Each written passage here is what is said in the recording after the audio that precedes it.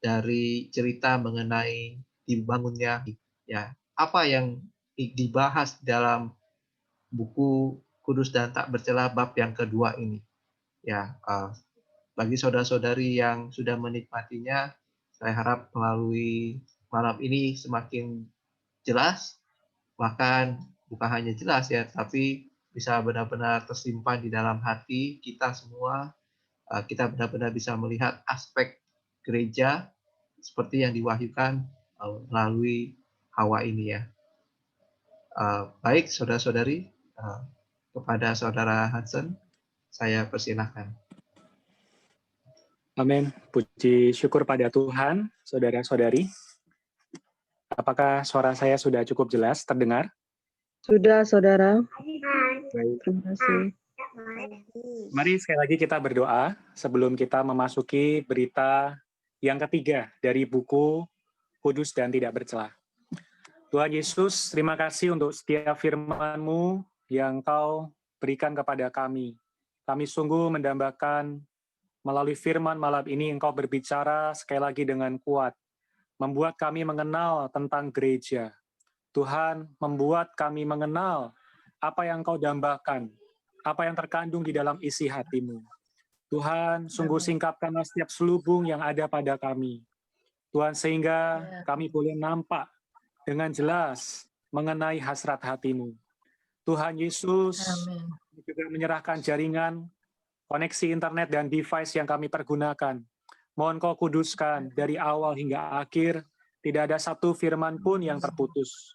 Oh, kami bisa menikmati kekayaan-Mu yang berlimpah. Terima kasih Tuhan, kami doa di dalam nama-Mu yang menang. Amin. Baik, saudara-saudari, saya meminta bantuan kepada saudara dari host untuk men-sharekan PowerPoint-nya. Pada malam ini kita akan membahas bab yang ketiga dari buku Kudus dan Tidak Bercela. Judulnya sama-sama boleh kita baca, saudara-saudari. Tubuh Kristus dan mempelai perempuan Kristus. Baik, next selanjutnya. Di dalam berita yang sebelumnya, yaitu bab 1 dan bab 2, kita melihat bahwa Allah memiliki rencana. Allah memiliki satu tujuan ketika Dia menciptakan manusia. Ini kita bisa lihat di Kejadian pasal 1, yaitu Dia mendambakan manusia yang adalah seturut dengan gambar dan rupanya, sehingga Allah bisa menikmati perhentian. Lalu di Kejadian pasal 2, kita melihat bahwa yang Tuhan inginkan dan Tuhan dambakan adalah gerejanya yang dilambangkan oleh Hawa. Saudara-saudari, kita perlu tahu bahwa Kejadian 1 dan Kejadian pasal 2, dua pasal pertama dalam Alkitab, belum ada dosa masuk ke dalam manusia. Kejadian pasal 1 dan pasal 2 murni adalah kisah di mana Allah menyatakan kedambaannya, dan juga kita bisa melihat bagaimana lambang dari gereja, yaitu ditunjukkan oleh Hawa. Slide berikutnya. Jadi Kejadian pasal 1 dan 2 tadi digambarkan bahwa Allah kita punya tujuan, dan dalam penciptaannya, Dia ingin mendapatkan gerejanya. Next, selanjutnya. Kejadian pasal yang ketiga, sayang sekali, saudara-saudari. Kita melihat manusia justru jatuh ke dalam dosa. Banyak yang menganggap, Allah berarti gagal ya dalam merampungkan tujuannya. Iblis juga mungkin merasa, wah, saya berhasil menggagalkan tujuan Allah untuk menghasilkan gereja. Tetapi syukur pada Tuhan, saudara-saudari, Allah kita adalah Allah yang tidak pernah digagalkan oleh apapun. Kita perlu ada satu iman bahwa Allah kita pasti akan dapat menggenapkan tujuannya yang semula. Amin, saudara-saudari? Ya, puji Tuhan. Karena itu, ketika kita masuk ke dalam berita malam ini, kita akan melihat ketika manusia jatuh ke dalam dosa, bagaimana Allah dapat merampungkan rencananya, tujuannya yang semula untuk mendapatkan gereja. Di slide selanjutnya, kita akan melihat Efesus pasal 5, ayat 25-30, bisa di next. Di ayat ini, saudara-saudari, Rasul Paulus memberikan satu gambaran yang begitu indah mengenai hubungan Kristus dan gereja. Ayat-ayat di sini seringkali dipakai ketika pemberkatan pernikahan. Betul ya, saudari? Dan ayat-ayat di sini adalah ayat-ayat yang sering dikutip oleh hamba-hamba Tuhan ya untuk memberkati pasangan suami istri. Tapi marilah kita melihat hal ini dengan sudut pandang dari hasrat hati Allah, dari apa yang ingin Allah dambakan, yang Allah ingin dapatkan, yaitu mengenai gereja. Baik, kita akan membagi potongan ayat ini, yaitu pasal 5 ayat 25-30, ini bisa dibagi menjadi dua bagian. Kita boleh lihat bagian yang pertama, tolong next selanjutnya. Pada bagian pertama adalah Efesus pasal 5 ayat 25-27. Next selanjutnya, di sana dikatakan bahwa gambaran mengenai hubungan Kristus dan gereja ini dikatakan suami kasihilah istrimu sebagaimana Kristus telah mengasihi gereja dan telah menyerahkan dirinya baginya untuk menguduskannya sesudah ia menyucikannya dengan memandikannya dengan air dan firman, supaya dengan demikian ia menempatkan gereja di hadapan dirinya dengan cemerlang, tanpa cacat atau kerut, atau yang serupa itu, tetapi supaya gereja kudus dan tidak bercela. Ya, saudari, ini adalah judul buku ya yang kita gunakan. Nah, di ayat ini kita lihat bahwa gereja digambarkan atau dijelaskan sebagai mempelai perempuan Kristus. Gereja di ayat 27-nya akan dipersembahkan. Dalam bahasa Inggrisnya adalah present. Allah akan mempersembahkan gereja ini di hadapan Kristus. Sehingga apa? Kristus akan mendapatkan gereja yang mulia. Yang cemerlang ini dalam bahasa aslinya adalah mulia. Karena itu di dalam versi bahasa Inggris dari buku yang kita baca ini adalah Glorious Church, gereja yang mulia, yang cemerlang, tanpa cacat dan kerut. Ini adalah bagian yang pertama. Mari kita boleh sama-sama catat ya. Di Alkitab saudara-saudari juga bisa digaris bawahi, diwarnai. Ini adalah potongan yang pertama, yaitu mengisahkan gereja sebagai mempelai perempuan Kristus. Dan yang unik, saudara-saudari, bisa next selanjutnya, ada frase yang digunakan, yaitu telah mengasihi gereja dan telah menyerahkan dirinya bagi gereja. Jadi Kristus telah, ini adalah kata kerja lampau. Ya, yang artinya adalah Kristus telah mengasihi gereja dan telah menyerahkan dirinya, yaitu waktu dia mati di atas kayu salib, untuk menebus gereja. Saudara-saudari, ini adalah dari sisi Allah, sisi Kristus mengerjakannya. Mari kita sekarang melihat bagian yang kedua ya, saudari. Next, selanjutnya. Pada bagian yang kedua, kita akan lihat dari ayat 28 sampai ayat yang ke-30. Selanjutnya, saudara Yeremia. Di ayat ini dikatakan bahwa suami harus mengasihi istrinya sama seperti tubuhnya sendiri. Ya, saudari, ini menarik. Ya, ada banyak kata tubuhnya, tubuhnya sendiri. Seorang ya yang mengasihi istrinya, seorang suami itu mengasihi istrinya sama seperti tubuhnya sendiri. Ya, kita kalau merawat tubuh kita sendiri pasti sudah otomatis ya, saudari. Kita lapar, kita pasti segera mencari makanan. Kita merawat tubuh kita dengan makanan, minuman, ya istirahat yang cukup dan lain sebagainya. Demikian juga Kristus, saudara-saudari. Dia mengasihi gereja dan dia merawat gereja. Dan kata kunci di bagian kedua ini adalah tentang tubuh Kristus. Baik, jadi saya menyimpulkan ya dari buku yang kita baca, di sana ada pembagian ini oleh saudara kita, membantu kita memahami potongan ayat ini. Mari kita lihat di slide selanjutnya, dikatakan bahwa potongan yang pertama, bisa next saudara, ya, thank you. Bagian pertama adalah gereja sebagai mempelai perempuan Kristus.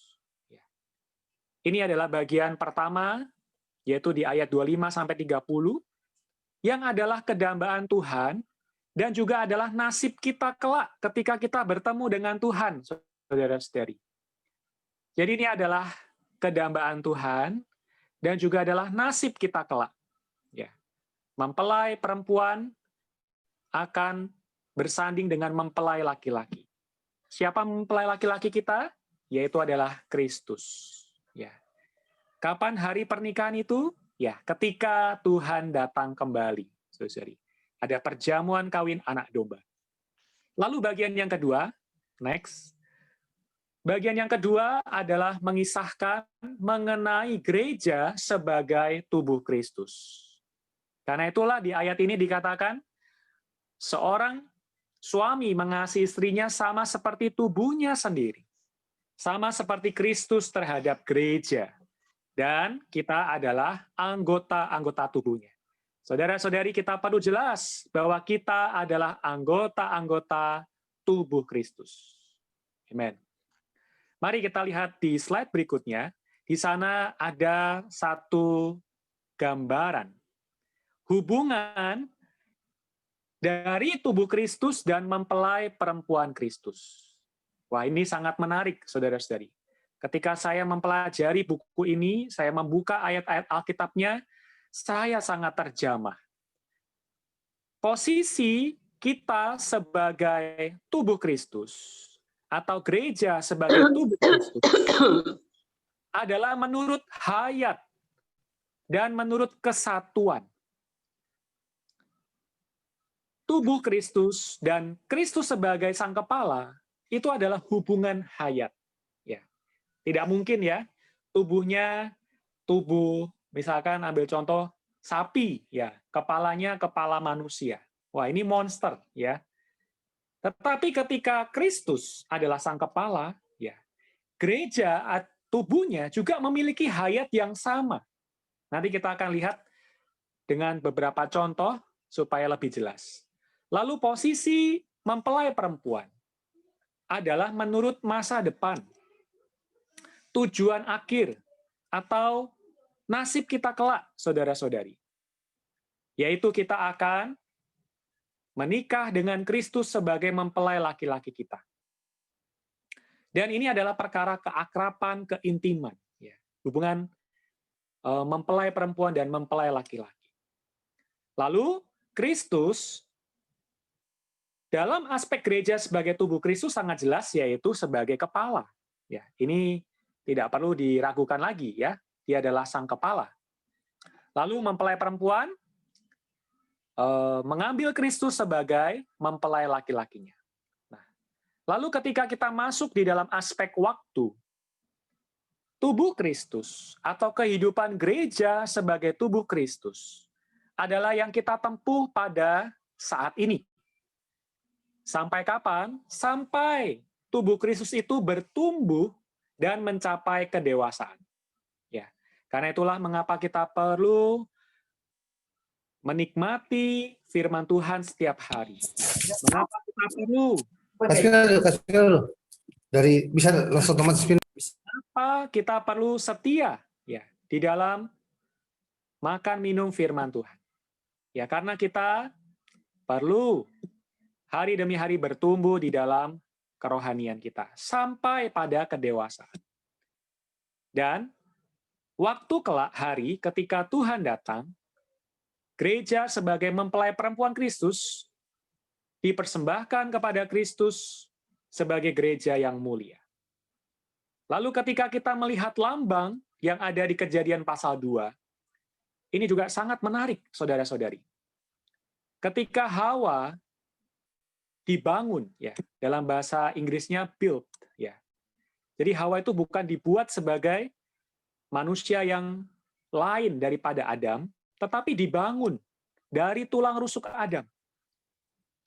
Lambang ini menyatakan bahwa gereja juga dibangun adalah harus bersumber dari Kristus. Ya. Hayat kebangkitan Kristus. Ya. Kita melihat ketika Tuhan Yesus di atas kayu salib, ya ditombak lambungnya, mengalirlah darah dan air.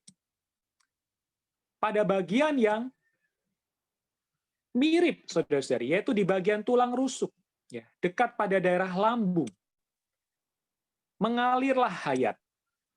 Demikian juga Hawa dibangun adalah berasal dari Adam. Jadi saudara-saudari, gereja dapat dibangun berasal dari mana? Berasal dari Kristus semata. Apakah bisa dengan bahan yang lain? Dengan filsafat? Dengan doktrin-doktrin agama? Dengan organisasi sosial manusia? Tidak bisa. Karena gereja berasal dari Kristus. Unsur penyusunnya adalah Kristus semata. Dan ketika Hawa itu sudah ready ya, saudara-saudari ya, sudah siap, maka dia dibawa kepada Adam sebagai penolongnya atau sebagai jodohnya. Demikian pula gereja, ketika gereja ini sudah siap, sudah matang di dalam pertumbuhan rohaninya, maka dia akan menjadi penolong atau sepadan dengan Kristus, melengkapi Kristus. Ya, saudari, kalau saya sebagai mempelai laki-laki, saya pasti akan menikah juga dengan seorang mempelai perempuan yang sudah cukup umur. Saya tidak mencari anak balita, anak kecil, tapi saya perlu seorang yang dewasa, ya, sepadan dengan saya. Demikian juga sebagai mempelai perempuan Kristus, kita perlu bertumbuh dewasa. Kita perlu matang di dalam hayat. Ini adalah satu hal yang mendasar, saudari, di dalam kehidupan kerohanian kita. Next, selanjutnya. Maka kita bisa merangkum perjalanan kehidupan kita sebagai orang Kristen dengan 3 tahap ini. Tahap yang pertama adalah kita dilahirkan kembali. Tentu saudari sudah jelas ya, tentunya sudah jelas mengenai kelahiran kembali adalah perkara kita menerima hayat Kristus. Nikodemus ketika dia datang kepada Tuhan, di malam hari, dia ingin berguru kepada Tuhan. Jadi Nikodemus ingin berguru kepada Tuhan Yesus. Tetapi apa yang dikatakan Tuhan Yesus, saudari? Kamu harus dilahirkan kembali. Ya. Jadi kebutuhan Nikodemus bukan pengajaran. Kebutuhan kita sebagai orang Kristen bukan diajar, tetapi dilahirkan kembali. Awal kehidupan kita itu dimulai dari kelahiran. Sama halnya, permulaan kehidupan rohani kita adalah kelahiran kembali. Lalu setelah lahir kembali, banyak orang Kristen merasa puas. Oh, saya sudah diselamatkan. Saya sudah mendapatkan hidup yang kekal. Puji Tuhan, saya tinggal menunggu waktunya masuk surga. Banyak orang Kristen, mohon maaf, saya pakai kata ini, yaitu egois. Mementingkan dirinya sendiri saja, tapi tidak mau tahu apa kehendak Tuhan. Berhenti pada keselamatannya, tetapi tidak melangkah lebih jauh. Karena itu puji Tuhan melalui Bible Study, bedah buku ini kita mau dibawa maju oleh Tuhan. Amin, saudari. Anda mau maju? Amin. Saya juga mau maju, saudari. Ya. Yaitu mengenal, yang kedua adalah mengenal tubuh Kristus. Mengenal tubuh Kristus. Mengenal bahwa kita ini bukan orang Kristen individu saja yang terpisah. Tetapi kita adalah bagian dari tubuh Kristus. Kita adalah anggota tubuh Kristus. Ketika kita lahir kembali, ketika kita mendapatkan hayat Allah, kita sudah otomatis adalah bagian dari tubuh Kristus. Lalu, tahap yang ketiga adalah kita perlu menjadi mempelai perempuan Kristus. Ya, saya ringkas menjadi 3 tahap ini, saudari. Lalu bagaimana dengan penerapannya? Mari kita melihat beberapa contoh terlebih dulu. Next slide. Tadi dikatakan bahwa di dalam Efesus pasal 5, itu Kristus kita itu mengasihi gereja. Di slide berikutnya dikatakan bahwa Kristus yang mengasihi gereja ini, ya, dia merawat gereja sebagai tubuhnya sendiri. Bisa next, selanjutnya, saudara. Jadi ketika kita melihat Kristus mengasihi gereja, ya, betul ya, sangat berkaitan dengan Kristus merawat tubuhnya sendiri. Kita lihat di slide berikutnya, kisah Saulus, bisa diteruskan, saudara. Ya, next selanjutnya. Nah, kisah Saulus ini adalah kisah yang sangat penuh dengan pewahyuan mengenai gereja. Kita tahu bahwa sebelum Saulus menjadi seorang rasul yang dipakai Tuhan, dia bernama Saulus dan pekerjaannya adalah menangkap, menganiaya orang Kristen. Menganiaya orang-orang yang berseru kepada nama Tuhan Yesus. Tetapi di tengah perjalanannya menuju ke kota Damsyik, Saulus rebah karena melihat satu terang yang besar. Dan ada suara yang berkata kepadanya, "Saulus, Saulus, mengapakah engkau menganiaya aku?" Saulus pun merasa bingung. Saya tidak pernah berjumpa dengan Tuhan Yesus secara fisik. Bagaimana saya menganiaya Tuhan Yesus?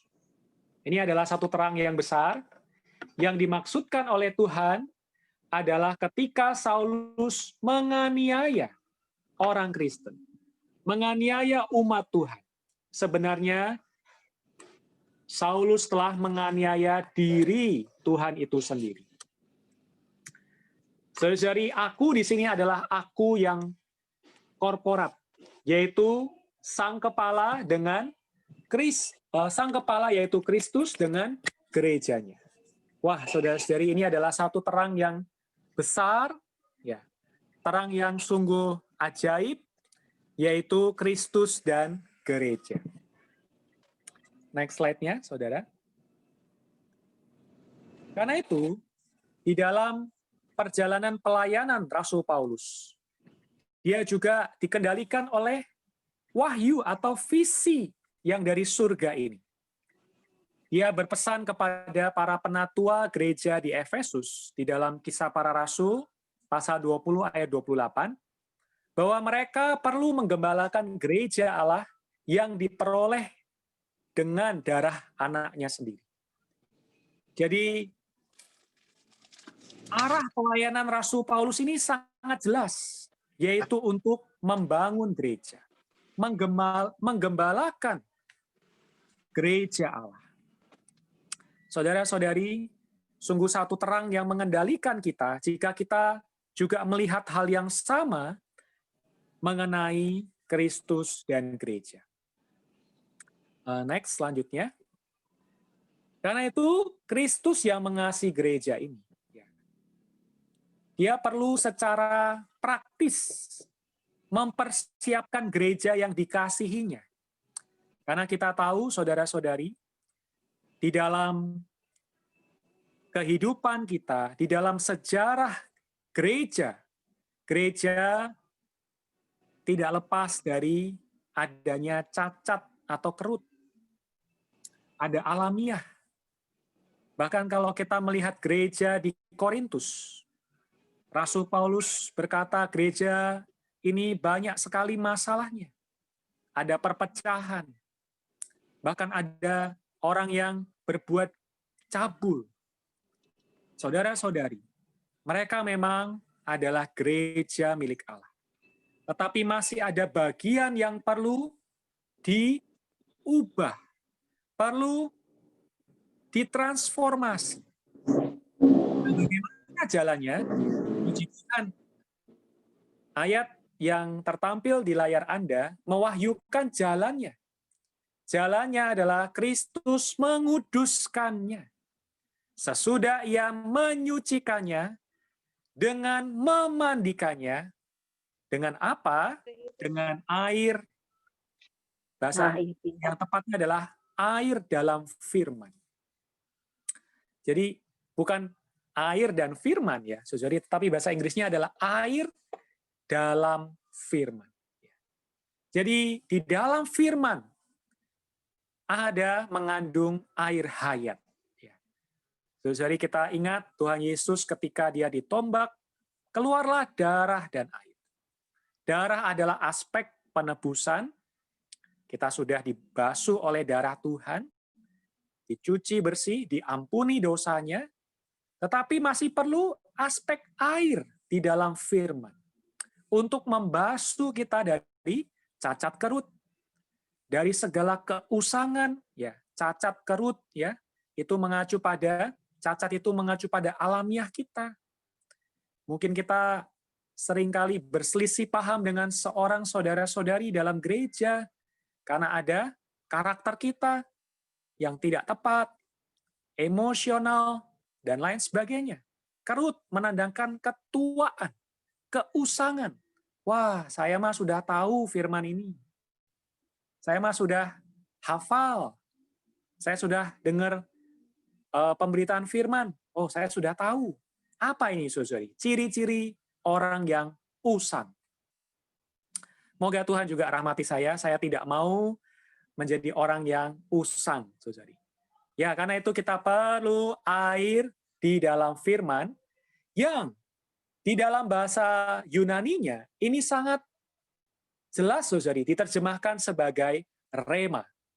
Bukan logos ya, tetapi rema.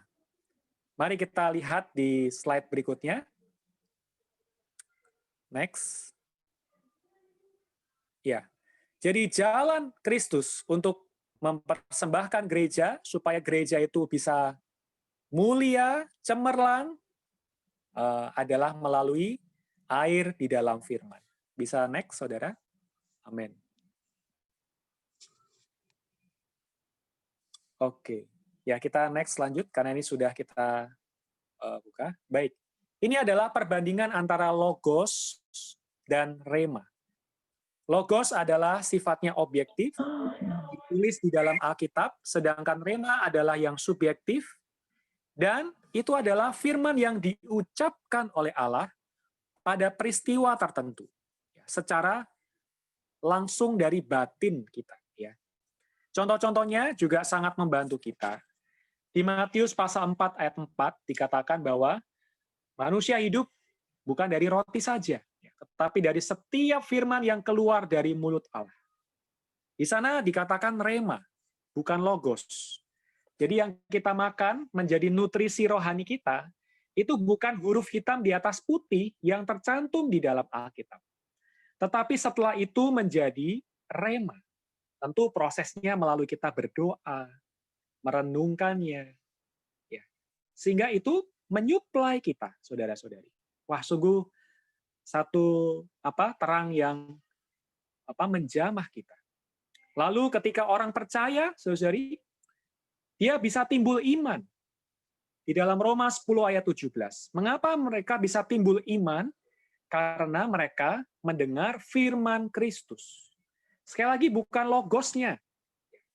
Memang mungkin orang bisa membaca Alkitab. Orang yang belum percaya membaca Alkitab bisa, saudari.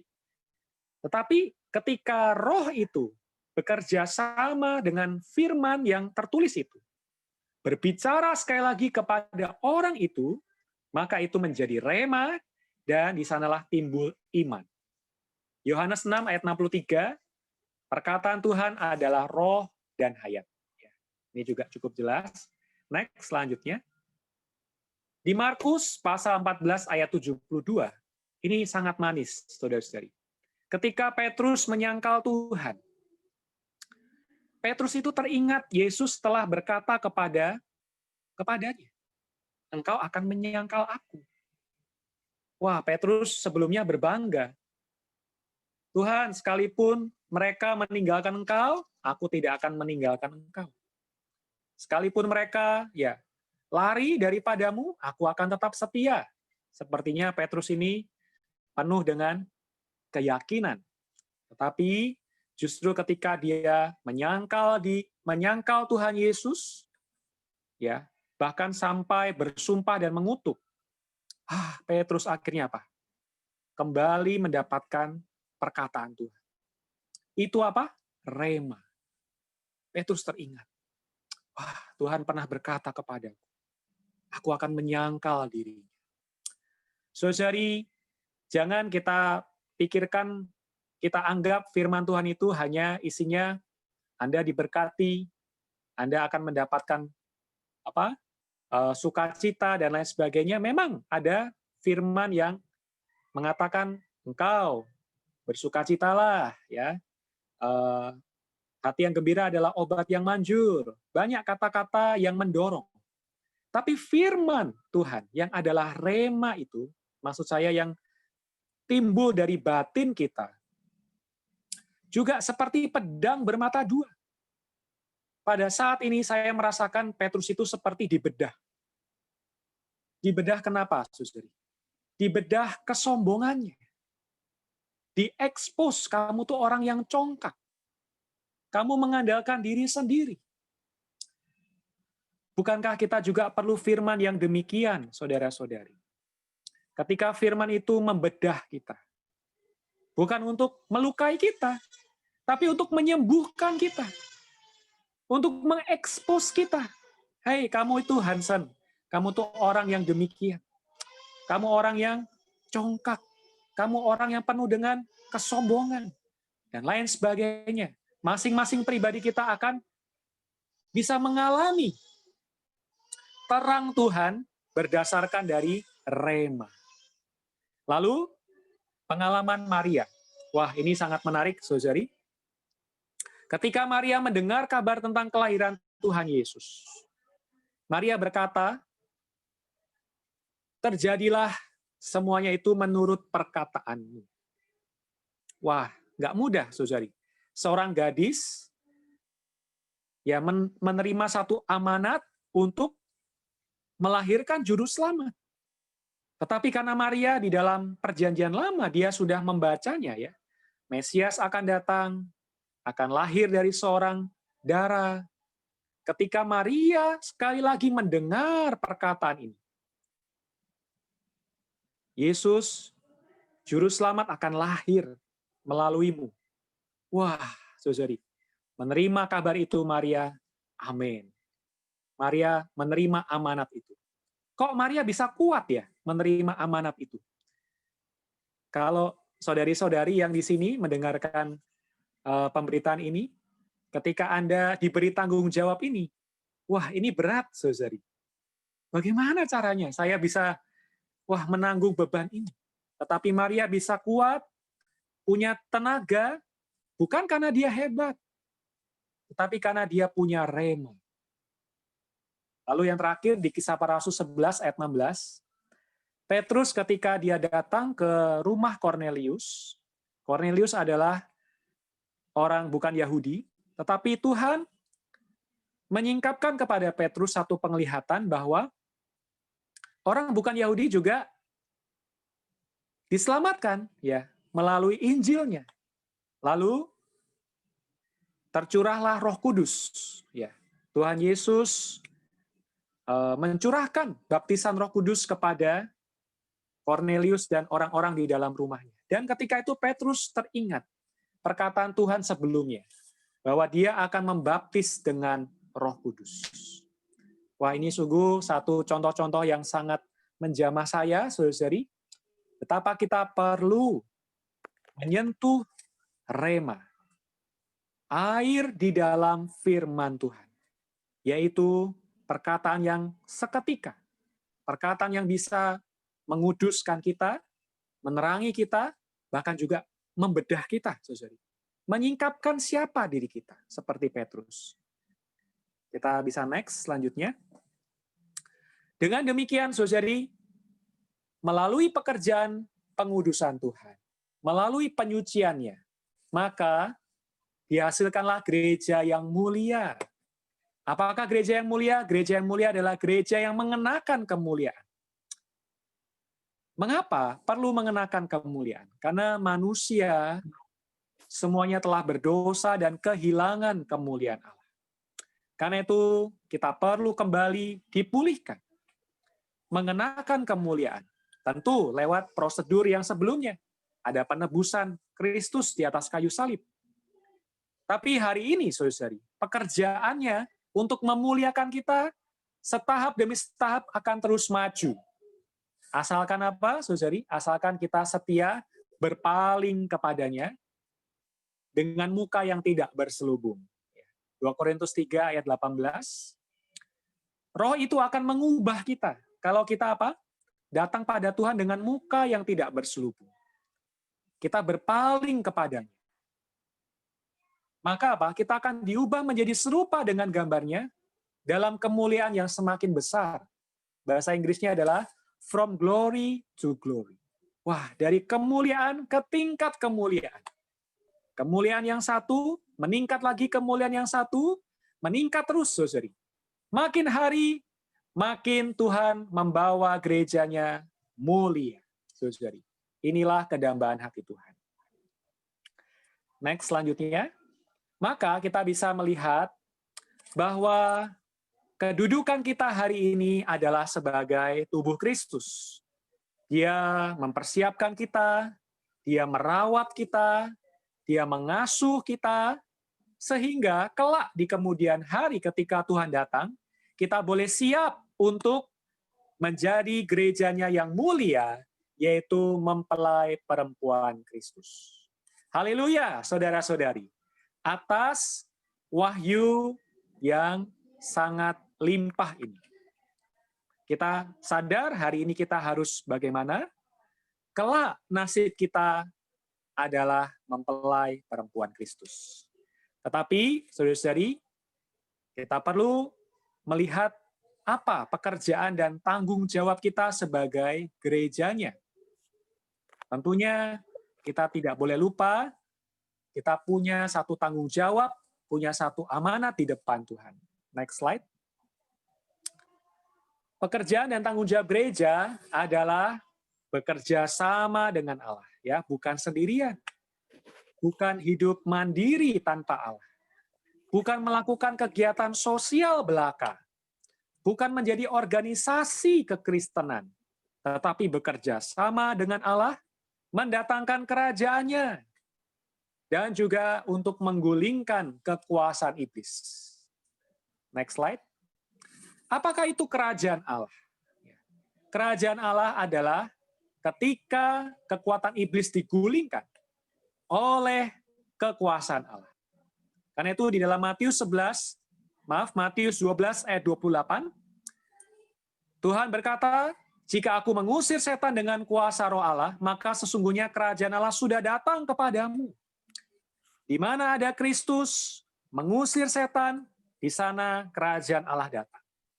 Jadi inti dari firman ini adalah di mana ada Kristus, di sana ada kerajaan Allah. Ya. Tetapi Kristus tidak hanya dirinya sendiri yang adalah kerajaan Allah. Kerajaan Allah ini perlu diperluas. Kerajaan ini perlu diekspansi, yaitu melalui gerejanya. Sekali lagi, gereja bukan mengacu pada organisasi sosial, tetapi Kristus yang semakin diperluas. Makin banyak orang yang diselamatkan, mereka menjadi anggota tubuh Kristus, mereka menjadi mempelai perempuan Kristus, kerajaan pun akan diperluas. Karena itu di dalam Wahyu 1 ayat 5-6, di sana dikatakan, bagi Dia yang mengasihi kita, dan telah melepaskan kita dari dosa kita oleh darahnya, dan telah membuat kita menjadi suatu kerajaan. Kerajaan apakah ini, saudari? Kerajaan Allah. Amin. Kerajaan Allah. Amin. Untuk menggenapkan rencana Allah di muka bumi. Karena itulah mengapa Tuhan Yesus mengajarkan supaya kita berdoa, datanglah kerajaan-Mu, jadilah kehendak-Mu di bumi seperti di surga. Ini sangat penting. Doa ini bukanlah doa lip service, tapi doa yang mengandung kedambaan Allah untuk mendatangkan kerajaannya di bumi. Karena iblis masih berkeliaran di bumi. Ketika kerajaannya diperluas, area kekuasaan iblis akan semakin dibatasi, semakin sempit. Sehingga ketika pada zaman akhir ini, dikatakan Injil Kerajaan akan sampai seluruh bumi. Sehingga seluruh bumi akan menjadi kerajaan Allah. Amin. Saudari, maukah Anda berbagian dalam hal ini? Amin. Puji Tuhan.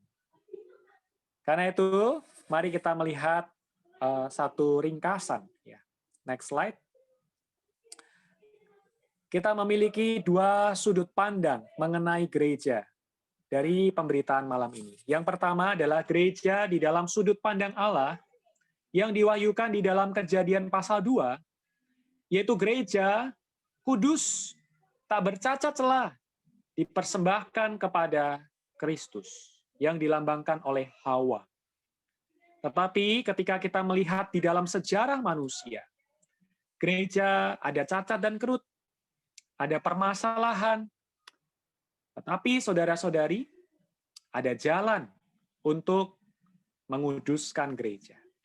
Mengapa kita perlu pandangan Allah melihat gereja?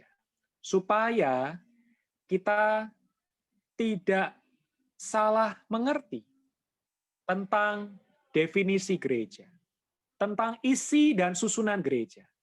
Jangan sampai kita mengira gereja itu disusun dengan kepanitiaan di dalam organisasi. Bukan, saudara-saudari. Gereja bukanlah bangunan. Ini minggu yang lalu saudara Moses sudah menyinggung, bukan sama sekali. Gereja dalam kehendak Allah adalah berasal dari Kristus, unsur penyusunnya adalah Kristus.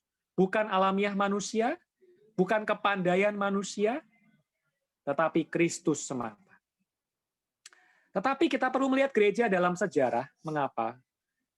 Karena kita harus realistis melihat gereja hari ini bagaimana. Dan apa sikap yang kita secara praktis perlu kita kerjakan. Yaitu perlu datang ke dalam firman Tuhan. Menikmati remanya. Jangan lupakan logos, saudari. Memang saya tekankan rema, tetapi kalau tidak ada logos yang tertulis, tidak ada firman Tuhan yang kita baca, maka tidak akan ada rema. Kita perlu menghafal beberapa ayat, ya, merenungkannya, menikmatinya.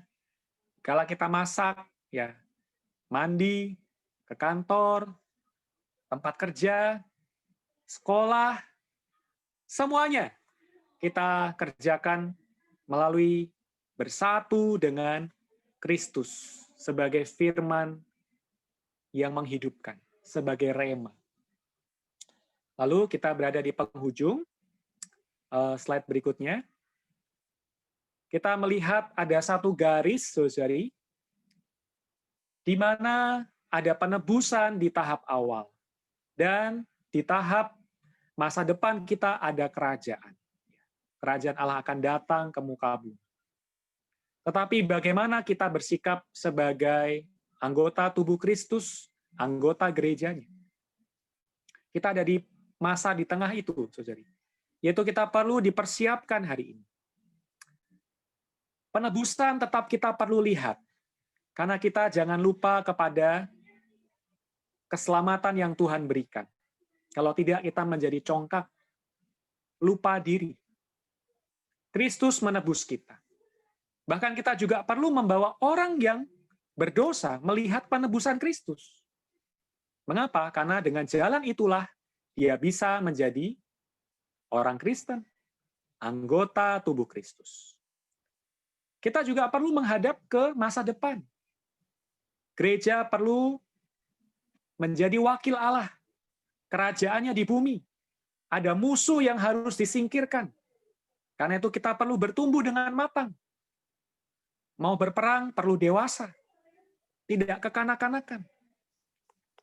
Kita perlu lepas dari ego. Kepentingan diri sendiri. Mempersiapkan diri bagi kedatangan Tuhan. Sehingga, saudari, kita mendapat satu alur yang lengkap. Kita ditebus, kita sebagai gereja dipersiapkan hari ini, dan kelak kerajaan Allah datang, seluruh muka bumi akan didapatkan oleh Tuhan. Puji Tuhan, saudari, semoga pemberitaan malam ini boleh menerangi batin kita. Sehingga kita punya satu persembahan diri untuk menjadi gerejanya. Yang hari demi hari dipersiapkan, dibasuh oleh firman Tuhan. Puji Tuhan. Mari kita berdoa, saudari. Tuhan Yesus, terima kasih, kami bersyukur padamu. Hari ini Engkau terus membasuh kami dengan air di dalam firman. Kau mengasihi kami, Kau merawat kami. Tuhan, kami mau terus dipersiapkan bagi kedatangan-Mu kali kedua. Menyambut kami sebagai mempelai perempuan-Mu. Selamatkan kami dari segala cacat kerut dan hal-hal yang serupa itu. Jadikan kami gereja-Mu yang kudus dan tidak bercela. Tuhan, kami persembahkan waktu-waktu kami, supaya kami menerima pengudusan Tuhan. Bagi kehendak-Mu, bagi hasrat hati-Mu, bukan hanya bagi kepentingan diri kami sendiri. Terima kasih Tuhan, dalam nama-Mu kami berdoa. Amin. Puji Tuhan, saudari. Saya kembalikan lagi kepada moderator. Amin. Oke, baik. Puji Tuhan. Oke, saya masuk berikan kesimpulan ya. Jadi apa yang dibahas, mungkin mau memastikan lagi, apakah Bapak Ibu semua sudah punya buku yang merupakan buku wajib ini sebenarnya, apakah secara hard copy atau soft copy. Jadi ini yang membedakan Bible study kita yang sehari Jumat. Jadi saya akan terus mendorong Bapak Ibu sekalian, memang kebenaran harus dibeli. Ya. Kita mengatakan belilah kebenaran. Artinya memang perlu membayar harga. Secara teknis tim sedang membantu ya, di grup ditanyakan, setahu saya ada ditanya siapa yang sudah punya atau masih belum punya buku. Memang kita terus mengupayakan ya, karena lokasi ada yang mungkin masih kesulitan untuk dikirim. Nah, mungkin solusinya menggunakan elektronik. Nah, yang pasti apa yang dibahas malam ini bukan sesuatu yang kita temukan sendiri ya. Kita belajar dari saudara-saudara di depan kita, ya, mereka yang lebih rohani daripada kita, khususnya dari buku yang memang seri kali ini kita adalah seri bedah buku ya, khusus buat kita mungkin baru bergabung, seri kita adalah seri bedah buku. Jadi referensinya adalah buku yang kita tahu, buku yang kita bicarakan buku, bukan opini manusia. Tetapi melalui pimpinan Tuhan, Saudara Watchman ini menyusun sebuah rangkaian benang merah mengenai gereja yang mulia. Nah, apa gereja yang mulia itu? Jadi ini yang perlu terus saya mendorong, Bapak Ibu sekalian, Saya terus katakan dari awal kan bahwa buku ini buku yang sebenarnya tidak terlalu menarik kalau kita bicara gerejanya, ya. Tapi kalau kita bicara topik konten kudus tidak bercela, banyak orang pengen menjadi kudus dan tidak bercela. Nah, tapi inilah kebutuhan yang besar hari ini, yaitu Tuhan perlu ya sekelompok orang yang memperhatikan apa yang di dalam isi hati Allah. Nah, minggu ini, ya kan, setelah minggu lalu bicara lambang dari gereja, yaitu Hawa, ini kita mulai masuk realitas sebenarnya. Saya mau menambahkan saja dari apa yang dibahas Saudara Hansen tadi, kalau kita perhatikan baik-baik, sebenarnya pembahasannya cuma dari ayat 25 sampai ayat 30 dari Efesus pasal 5. Jadi dia hanya membahas dari Efesus pasal 5 ayat 25 sampai 30, itu saja pembahasannya. Nah, Efesus pasal 5 jadi dikatakan bicara realitas atau pengalaman kita hari ini ya. Jadi saya menyarankan kita baca karena apa yang disampaikan Saudara Hansen itu banyak sekali yang tidak bisa tersampaikan karena waktu gitu. Tapi dia sudah menunjukkan inti-intinya. Nah, saya hanya menambahkan beberapa hal yang saya rasa kita perlu ingat baik-baik apa yang sudah disampaikan. Yakni di dalam potongan ayat Efesus 5, 25 sampai 30 ada dua kata yang penting, yaitu tubuh Kristus dan mempelai perempuan Kristus. Nah, ini di potongan ayat ini ada dua hal, dua kata yang muncul. Yaitu pertama, Tuhan itu mengasihi kita. Sama seperti suami mengasihi istri, demikianlah Kristus mengasihi gereja. Telah mengasihi gereja. Jadi gereja adalah kolektif ya, unit kolektif dari umat Allah. Yang digambarkan oleh Hawa. Hawa adalah gambaran dari gereja yang berasal dari Adam dan kembali kepada Adam. Nah, gereja juga sama. Gereja berasal dari Kristus dan kembali kepada Kristus. Nah, dari segi waktu tadi dibahas, tubuh Kristus itu bicara segi waktu hari ini. Hari ini kita masih berstatus tubuh Kristus. Ya memang kita di hari Rabu ya saya katakan bahwa kita juga mempelai. Tapi sebenarnya dalam fakta pengalaman kita baru ditunangkan. Ya, kita belum benar-benar menjadi mempelai Kristus, baru dipertunangkan dengan Kristus. Nah, sebenarnya hari ini kita ini adalah dalam posisi tubuh Kristus ya. Nah, bagaimana hari ini Tuhan bekerja untuk menghasilkan yaitu apa? Gereja yang dikatakan yang tak bercacat, tak berkerut ya, tiada cacat, tiada kerut. Itu melalui apa? Dia merawat. Ya, ini hari ini puji Tuhan bahwa di Efesus 5 dikatakan Tuhan itu menyucikan gereja dengan memandikannya di dalam air, dalam firman. Jadi Anda perhatikan kata-kata kunci yang penting, itu demikian. Gereja dilambangkan oleh Hawa di pasal 2, itu adalah ideal. Sesuatu yang di hati Allah, sesuatu yang di pandangan kekal Allah yang tidak berubah.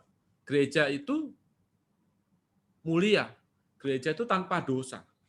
Ya kan? Gereja tidak mengenal ruang dan waktu. Tetapi memang di sudut pandang kita sebagai manusia, kita harus lihat dari sudut pandang yang lain bahwa gereja berasal dari sekelompok orang yang ditebus dari orang dosa. Nah, ini yang kita perlu soroti hati-hati baik-baik adalah kata menyucikan. Jadi Tuhan hari ini sedang mempersiapkan gereja yang kudus dan tidak bercelah, ya kan? Gereja yang mulia, the glorious church. Itu dengan cara apa? Dia merawat tubuhnya. Ya kan, hari ini kita dirawat oleh Tuhan. Bagaimana cara Tuhan merawat kita? Kita dimandikan di dalam air, dalam firman. Jadi yang ditekankan oleh saudara kita, Alkitab, dan saudara Hansen ditekankan itu kita perhatikan kata rema. Nah, hari ini keperluan yang besar. Kalau kita lihat mengenai kehendak Allah, kita perlu apa? Rema. Sebagai orang Kristen, kita perlu menyadari kita ini adalah anggota tubuh ya. Hari ini kita adalah tubuh Kristus. Kita bukan banyak tubuh Kristus, satu tubuh Kristus. Tapi kita adalah satu bagian kecil dari tubuh Kristus, ya kan? Nah, artinya apa? Kita nggak bisa hidup sendiri. Ya, kita adalah satu tubuh Kristus. Nah, yang menarik adalah kata penyucian. Waktu dikatakan menyucikan, nah ini apa sih menyucikan itu? Anda boleh lihat yang punya buku. Itu ada beberapa aplikasi ya. Yang saya perhatikan adalah di halaman 68. Ya. Di halaman 68 dikatakan bahwa semua perpecahan, semua individualisme harus disingkirkan. Nah, satu, kita lihat bahwa di zaman sekarang, Tuhan tuh memandang gereja sebagai tubuh. Nah, hari ini kita perlu menyadari kita adalah satu tubuh Kristus. Nah, karena itu, Tuhan merawat kita dengan apa? Air di dalam firman. Nah, kita di sisi yang lain harus lihat, kita adalah salah satu bagian dari tubuh Kristus. Karena itu kita perlu mengenal perkara hayat tubuh. Ya kan, contoh ya, Paulus mengatakan kalau ada satu orang menderita, semua ikut menderita. Kalau ada satu orang bersukacita, semua turut bersukacita. Betul tidak? Kalau contoh ya, contoh hayat tubuh itu demikian. Ketika kaki kita terinjak, yang teriak siapa? Yang teriak mulut kan? Padahal yang sakit itu kaki, tapi yang teriak itu mulut. Betul kan? Ketika ada seseorang mau mencolok mata kita, ya kan, ada orang mau menyakiti, mau mukul kita, siapa yang gerak? Tangan menangkis, benar nggak? Padahal yang mau dipukul kan muka kita, tapi kenapa tangannya menangkis? Betul nggak? Ini hayat tubuh. Tubuh itu saling memperhatikan. Dia tidak syukurin, ya kan? Contoh ya, kaki kita nendang batu gitu ya, sakit kan? Apakah mulut kita ngatain kaki, kaki syukurin kamu ya? Habis kamu nggak punya mata sih, ya kan? Nah, kan nggak begitu kan?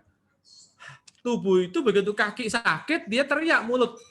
Nah, itulah pengalaman tadi Paulus kan. Paulus ketika dia menganiaya orang Kristen, yang teriak Kristus sang kepala di surga, dia berteriak, "Kenapa engkau menganiaya aku?" Ya kan? Artinya apa? Kita dengan Kristus adalah satu. Kita dengan saudara-saudara adalah satu. Ya kan? Karena itu pertama kita harus mengenal kita adalah tubuh Kristus. Nah, perkara penyucian sekarang ya. Penyucian itu ini sangat penting. Kenapa? Tanpa kita sebagai tubuhnya dimandikan dalam air oleh firman atau rema, maka Tuhan tidak bisa mendapatkan gereja yang mulia. Artinya apa? Rencana Allah tidak bisa rampung. Dan Tuhan tidak bisa datang kedua kalinya. Ya, kita harus perhatikan, ini sangat berhubungan dengan kedatangan Tuhan yang kedua kali. Kenapa? Tuhan datang sebagai mempelai laki-laki. Dia datang untuk menjemput mempelai perempuan. Memang kita orang Kristen diperintahkan Tuhan untuk memberitakan Injil ke seluruh dunia. Tetapi apakah cukup dengan hanya orang diselamatkan? Nggak cukup. Gereja perlu mengalami pengalaman sebagai tubuh Kristus. Bukan organisasi, tetapi bagaimana tubuh Kristus yang utama adalah dimandikan hari demi hari oleh air dalam firman, yaitu rema. Nah, saudara kita mengatakan rema, ini memang sesuatu yang berhubungan dengan aplikasi ya. Firman yang teraplikasikan di dalam hidup kita, itu adalah rema. Nah, di halaman 79, bisa kita lihat halaman 79, Saudara Wasmini mengatakan demikian. Apa artinya disucikan? Disucikan artinya dikurangi. Jadi, disucikan ini berarti mengurangi, bukan menambah. Nah, kenapa? Karena kita ini sudah terlalu banyak pencampuran.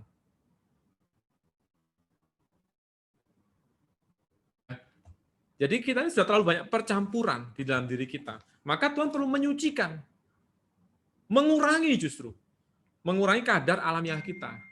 Ya kan, kadar alamiah kita itu cenderung apa? Egois. Ya kan? Banyak hal yang membuat kita bercampur aduk. Yaitu kenapa bahwa di dalam gereja Tuhan tidak mementingkan perkara karunia atau kehebatan orang itu, tetapi sumber dari apa yang orang itu kerjakan. Apakah itu berasal dari Allah atau kemampuan alamiah dia? Ya, jadi Tuhan terus bekerja toh untuk mengurangi apa? Unsur alamiah kita. Mengurangi kasih alamiah kita. Ini kita ngomongin bagus ya. Contoh kalau dosa jelas ya. Orang semua setuju lah, dosa mudah sekali ketahuan. Pasti orang akan tolak akan seharusnya. Tetapi dengan kebaikan bagaimana? Saya mengasihi saudara-saudara di dalam gereja. Saya mengasihi Tuhan. Seperti Petrus. Petrus mengasihi Tuhan tidak? Petrus mengasihi Tuhan, betul tidak? Tetapi Tuhan izinkan Petrus gagal kan? Tuhan izinkan Petrus sampai menyangkal Tuhan. Lemah. Di titik itu Tuhan menunjukkan bahwa kasih-Mu itu alamiah. Kasih-Mu itu bersumber dari kekuatan-Mu sendiri. Nah, di titik itulah Tuhan membawa Petrus kembali apa? dengan pertanyaan kan, Petrus, apakah engkau mengasihi aku? Ya kan? Nah, Petrus kan ingat bahwa kita mengasihi bukan karena kita, tapi karena Dia yang terlebih dahulu mengasihi kita. Ya, jadi ini sangat penting perkara rema. Nah, ini rema ya. Rema itu, saudara, kita memberikan aplikasi yang baik ya, yaitu sesuatu yang harus Jadi gini, pertama untuk dapat rema harus punya logos dulu. Kalau kita nggak punya logos, kita susah mendapatkan rema. Karena rema sangat berhubungan dengan firman. Yaitu kenapa tadi Saudara Hansen kasih contoh berapa banyak kata yang contoh di Markus 14:72 ya. Sebelum Petrus menyangkal Tuhan, Tuhan sudah ngomong, Petrus, sebelum ayam berkokok kedua kali, ya kan, engkau telah menyangkal aku. Ya kan? Nah, itu kan Tuhan katakan sebagai logos di waktu itu kan. Nah, waktu di Markus 14:72, waktu Petrus nyangkal Tuhan, teringatlah dia seketika itu juga bahwa Yesus telah berkata kepadanya. Nah, itulah rema. Sesuatu yang Tuhan pernah katakan. Ya kan? Lalu ketika dia mengalami situasi, maka perkataan itu muncul kembali. Untuk apa? Membantu kita melihat situasi kita, melihat kondisi kita, kembali mengingat apa yang Tuhan pesankan. Nah, ini adalah rema. Nah, dengan cara itulah sebenarnya Tuhan sedang membersihkan kita. Nah, Saudara Wosmeni mengatakan di halaman 78 ya, masalah gereja hari ini. Apa masalah gereja hari ini? Tadi saya katakan yang pertama adalah kita kekurangan visi mengenai tubuh Kristus. Kita merasa, contoh ya, one man show, bahwa saya bisa segalanya. Saya nggak perlu engkau. Saya bisa doa sendiri. Saya bisa baca Alkitab sendiri. Itu adalah orang yang tidak mengenal prinsip tubuh. Orang yang tidak mengenal tubuh Kristus. Orang yang mengenal tubuh Kristus, dia akan mempunyai kesadaran, aku nggak bisa tanpa engkau. Aku nggak bisa sendiri. Ya kan? Kalaupun dia berhasil, dia nggak akan merasa sombong. Dia pasti yakin di dalam hati kecilnya apa? Saya ada karena ada yang lain menopang saya. Paulus bisa mengatakan apa? Kesudahan semuanya ini adalah apa? Karena pertolongan Roh Yesus Kristus kan dikatakan. Dan doamu, ya kan? Paulus di Filipi mengatakan bahwa dia bisa bertahan dalam situasi yang sulit. Kenapa? Satu, pertolongan Roh Yesus Kristus. Kedua adalah karena doa dari kaum saleh. Dia menyadari bahwa saya bukan saya, tapi kaum saleh mendoakan saya. Dia seringkali mengatakan apa? Saya agak lupa exactly aja di mana. Dia mengatakan apa? Dia minta tolong didoakan. Supaya apa? Firman Tuhan bisa diberitakan dengan tanpa halangan.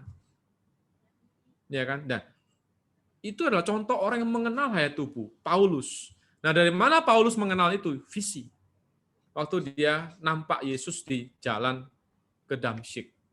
Di sana Petrus menyadari, kok Tuhan mengatakan kenapa engkau menganiaya aku? Kedua adalah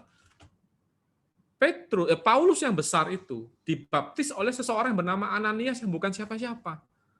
Ya kan, orang yang tidak terkenal. Dia dibawa masuk ke dalam persekutuan tubuh Kristus oleh seseorang yang bernama Ananias yang setelah itu nggak tahu kemana kisahnya. Artinya Pak Tom menunjukkan bahwa Paulus, kamu nggak bisa apa-apa tanpa anggota tubuh yang lain. Dia harus dituntun. Ya kan? Lalu apa? Dia harus dibaptis oleh anggota tubuh Kristus yang lain. Lalu sejangka waktu dia bersama-sama dengan kaum saleh di Antioquia. Melayani bersama-sama. Dia dibimbing oleh Barnabas. Ya, dia banyak dibimbing dalam proses awalnya. Nggak langsung tiba-tiba muncul seorang Paulus. Nah, artinya apa? Tuhan menunjukkan pada Paulus bahwa engkau tidak bisa sendiri. Engkau adalah bagian dari tubuh Kristus. Ini yang pertama. Kedua adalah gereja perlu firman Allah yang hidup. Gereja perlu banyak rema. Nah, kita harus ingat ya, rema di sini bukan, aku dapat rema loh. Tuhan berkata kepadaku. Ini ngawur ya. Hati-hati dengan rema-remaan ya. Rema ngawur namanya. Rema itu berdasarkan logos. Tidak ada logos, tidak ada rema. Jadi namanya rema pasti ayat firman Tuhan. Ada kalanya kita ingat ayat, baru dapat perkataan Tuhan, dapat perasaan. Atau ada perasaan, baru dapat firman. Kebalik. Tapi harus melekat pada firman. Saya ambil contoh pengalaman saya ya. Ketika saya memutuskan saya harus pelayanan full time atau enggak. Ini saya bergumul kan, Tuhan bagaimana ya?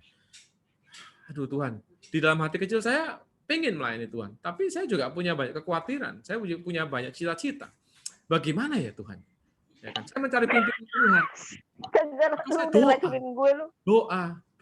Tapi saya nggak jelas-jelas apa ya Tuhan pimpinan Tuhan. Nah saya terus doa, datang pada Tuhan. Satu titik saya minta pada Tuhan, kalau memang Tuhan mau pimpin saya melayani Engkau, beri aku perkataan. Ya kan? Beri aku satu kata Tuhan. Nah, di titik itu Tuhan memberikan saya sebuah lagu. Ya kan? Sebuah lagu. Yaitu dari 2 Timotius, ini sedikit cerita buat Anda, bagaimana kita mengalami Tuhan memimpin kita. Ya, yaitu di 2 Timotius pasal 1 ayat 12. Ya kan? Nah, ayat itu kan mengatakan apa? Aku tahu kepada siapa aku percaya. Yakin baginya tiada yang mustahil. Dia akan menjaga semua apa yang kupercayakan kepadanya, ya kan? Itu ayatnya. Nah, tetapi waktu itu saya nggak ingat ayatnya, tapi saya ingat lagunya. Lagu itu persis dengan ayat yang Tuhan berikan. Tuhan munculkan sebuah lagu di batin saya. Itu apa? Hanya ku tahu yang ku percaya, yakin baginya, tiada mustahil. Lagu ini saya nikmatin. Ini ayatnya di mana ya? Kok ada lagu ini muncul kan? Saya baru ingat ayatnya ini. Dan dari sana saya tahu Tuhan memimpin saya kemana melangkah. Itulah rema. Itulah perkataan Tuhan yang hidup, yang diaplikasikan ketika saya membutuhkan pimpinan Tuhan di waktu itu.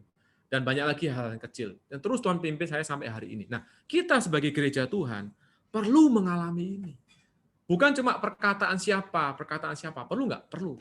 Sekarang hari ini Hansen sharing, saya menambahkan sedikit aspek pengalaman.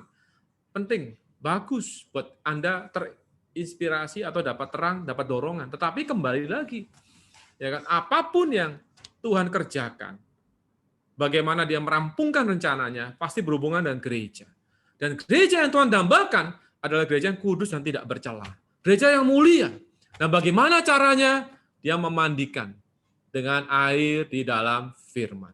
Air di dalam rema. Nah, betapa kita hari demi hari perlu rema. Ya kan? Saudara kita mengatakan di halaman 80, seluruh masalah pertumbuhan dan kemajuan kita, nah ini penting sekali. Seluruh masalah pertumbuhan rohani dan kemajuan kita tergantung pada sikap kita terhadap hayat dan rema. Hayat dan rema. Hayat itu perasaan di batin. Ketika ada perasaan tidak damai, tidak sukacita, penuh tekanan. Ini berarti ada sesuatu di dalam hayat kita, benar nggak? Contoh ya, saya ini kalau nggak ada masalah dengan lambung, ya sudah, nggak ada berasa kalau saya punya lambung. Ya kan, saya pernah makan cabai kepedesan, itu langsung lambung masih sakit. Itu satu kali saya pernah makan cabai, makan ayam mercon di daerah Tangsel. Saya ingat sekali diajak mahasiswa makan. Oke, yuk makan yang paling pedas, ya kan? Saya terima tantangan, saya makan, habis makan saya langsung, wah, bukan di perut, di bagian atas sakit saya. Saya langsung tolong berikan obat mah. Di waktu itu saya baru menyadari bahwa mah itu saya berasa sakit. Kenapa? Ada masalah dengan mah saya di waktu itu. Ya kan? Nah, sama di dalam alam rohani, ketika ada perasaan tidak damai, rasanya kok ada maut ya, ada penuh tekanan, ada masalah berarti dengan hayat kita. Nah, di waktu itu kita perlu datang pada Tuhan. Ya kan, minta obat mah rohani ya kan, datang pada firman Tuhan, doa kembali pada Tuhan. Ya kan, berbalik pada Tuhan. Nah, di waktu itu kita akan mengalami permandian. Kita akan dimurnikan kembali. Kita akan dibersihkan kembali dari hal-hal yang bukan Tuhan. Jadi pekerjaan Tuhan selalu apa? Membersihkan diri kita. Sehingga apa? Seluruh diri kita. Saya kasih ilustrasi paling sederhana. Ini demikian. Ini botol ini. Kita ini seperti botol yang sudah ada isinya. Nah, Allah seperti udara. Nah, bagaimana supaya udara ini memenuhi botol ini? Maka dia harus apa? Kita harus membuang ini. Membuang apa? Airnya, benar nggak? Ini mungkin sekitar 100 mili kan. Ini cuma bisa terisi 60 mili. Udara cuma bisa ngisi 40 mili. Kenapa? 60 milinya terisi oleh air. Ya kan? Kalau saya pengen supaya botolnya terisi 100% dengan udara, maka saya harus buang airnya.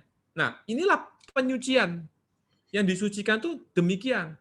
Maka Allah itu melalui firman, satu sisi menerangi kita, menunjukkan pada kita apa yang bukan Kristus. Apa yang merupakan alamiah kita? Dosa pasti kan, gampang diketahui. Alamiah kita, sesuatu yang bahkan baik, tapi dari diri kita Tuhan akan terangi. Di titik itu kita bertobat, kita bereskan, maka kadar Kristus bertambah. Maka kita makin mulia. Ya, kenapa? Kadar Allah makin bertambah dalam diri kita. Itulah fungsi rema. Itulah fungsi perasaan hayat di dalam diri kita.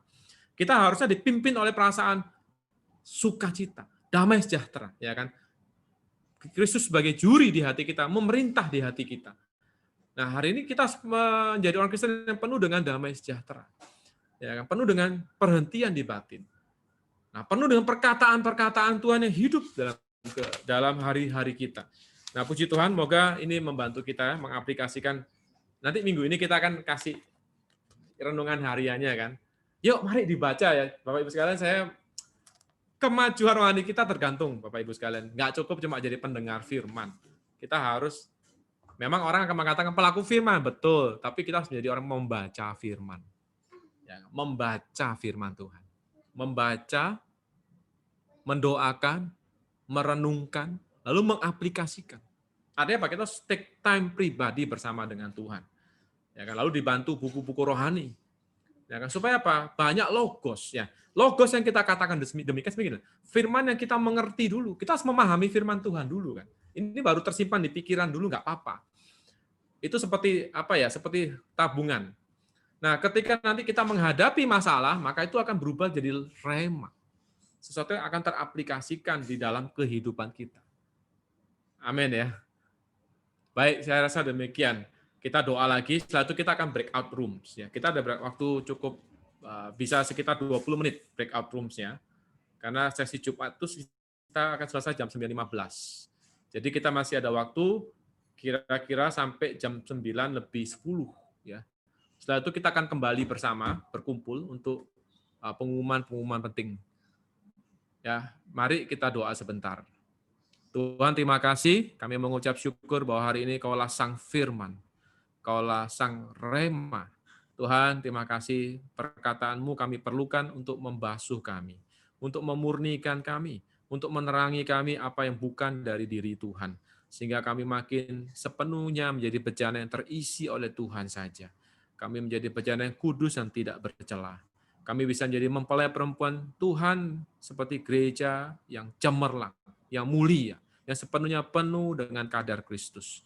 Terima kasih padamu Tuhan, jagalah kami, hari-hari kami, waktu-waktu kami, untuk terus mencari perkataan Tuhan, mencari diri Tuhan, memohon pada terang Tuhan di dalam segala situasi kami. Tuhan Yesus, terima kasih padamu Tuhan. Kami doa dalam nama-Mu. Amin. Baik, kita akan bagi, ada beberapa teknis mungkin perlu diulangi ya. Teknis untuk masuk ke ruangan breakout ya. Mungkin tim sudah siap untuk breakout-nya? Sudah. Oke ya. Nah, kita aturnya demikian, yaitu Bapak Ibu sekalian, ada saya, ada siapa? Saudara Hansen, kan masing-masing sudah masuk grup ya. Ya, setahu saya semua masing-masing sudah diundang ke dalam grup. Nah, silakan Anda masuk ke dalam grup Anda masing-masing. Ada Moses sudah siap, lalu ada Hansen, ada Irfan, ada saya. Nah, saya akan di ruangan 1. Nah, siapapun yang selama ini di grup WhatsApp dengan saya, silakan pilih ruangan 1. Ya kan? Itu bisa milih sendiri. Ya kan, kalau nyasar-nyasar udahlah nggak apa-apa lah. Yang penting bagi dalam ruangan ya. Yang pasti kita pengen ruangan lebih kecil dengan kelompok tetap. Ya, yang mungkin di sini yang area grogol, yang beribadah bersama saya, yang sering kayak ketemu ya ikut saya di grup BSTL 1. Lalu dengan Moses yang selama di grup WA-nya Moses. Ya, dan selanjutnya demikian ya. Kalau bingung, kok saya belum masuk grup? Ya, boleh pilih mana dulu deh. Nanti kita kenalan dalam grup. Amin. Baik, tolong dibuka ruangannya, silakan langsung memilih masuk ruangan yang ditentukan. Dan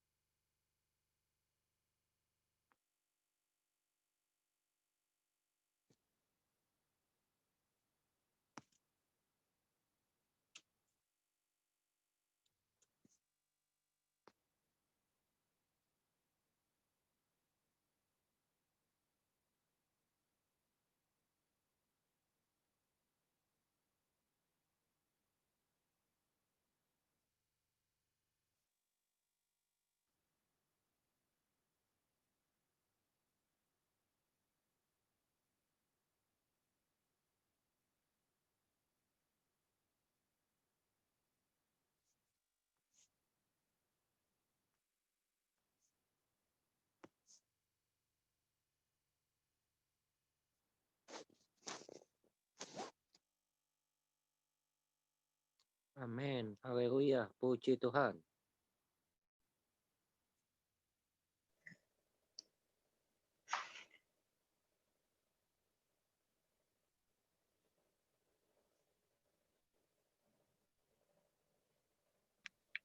Apakah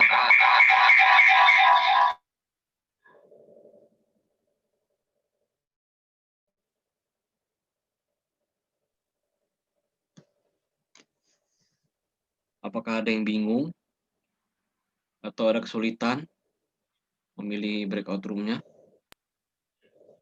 Tidak muncul pilihannya. Iya. Boleh tahu menggunakan handphone atau Handphone. laptop? Di layar yang utama, di bagian kiri akan ada gambar seperti jendela yang dibagi 4 itu, kotak dibagi 4. Nah, itu bisa Nggak dilihat. ada. Nggak ada, saudara. Nggak ada ya. Jendelanya Ini layarnya gelap. Iya. Minta tolong dibantu aja. Oke, saya pindahin aja ya kalau gitu ya. Aja di mana aja enggak masalah kok. Ya, oke. Besok. Ya saya juga saudara enggak tahu. Sama-sama semua. Enggak apa-apa. Semua anak Tuhan. Semua saudara. Handphone kita jadul. Saya juga enggak bisa. Sama. Sama Bu Indri. Sebentar ya, saya bantu satu-satu.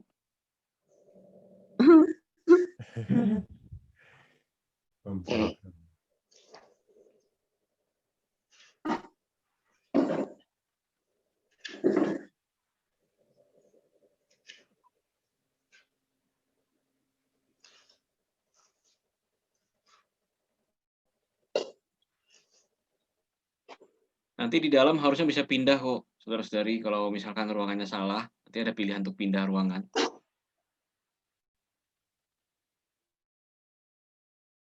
Caranya masuk gimana ya? Masuk ruangan.